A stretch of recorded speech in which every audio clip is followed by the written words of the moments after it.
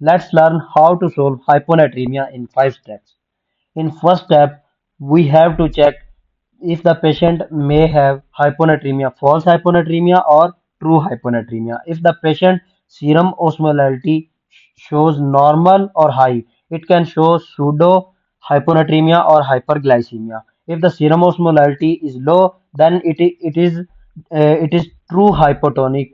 Then in step two we have to check urgency. If, for example, patient may have seizures, coma, or severe confusion, so it can suggest that it is emergency hyponatremia. तो इस patient में हम क्या करेंगे, 3% saline देंगे और इसको हम केयरफुली करेक्ट करेंगे, क्योंकि इसमें बहुत ज़्यादा चांस है कि पेशेंट जो है वो osmotic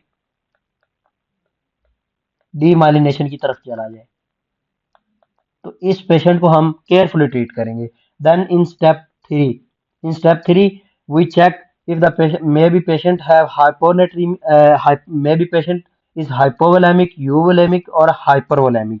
If the patient is hypovolemic, then we can give isotonic normal saline. If the patient is euvolemic with high urine sodium or high urine osmolality, so we have to think about SIADH, and we can treat the patient with fluid restriction, and also we give salt tablets. And then in hypervolemia, if the patient have edema and JVD, so we have to think about heart failure, cirrhosis और nephrotic syndrome.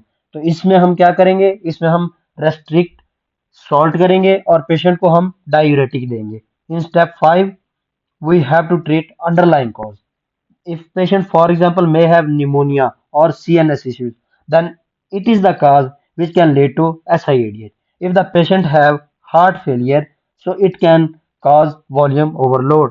And if, for example, it is due to hyponatremia, is due to some medication like thiazide diuretic, so it can lead to salt loss. So that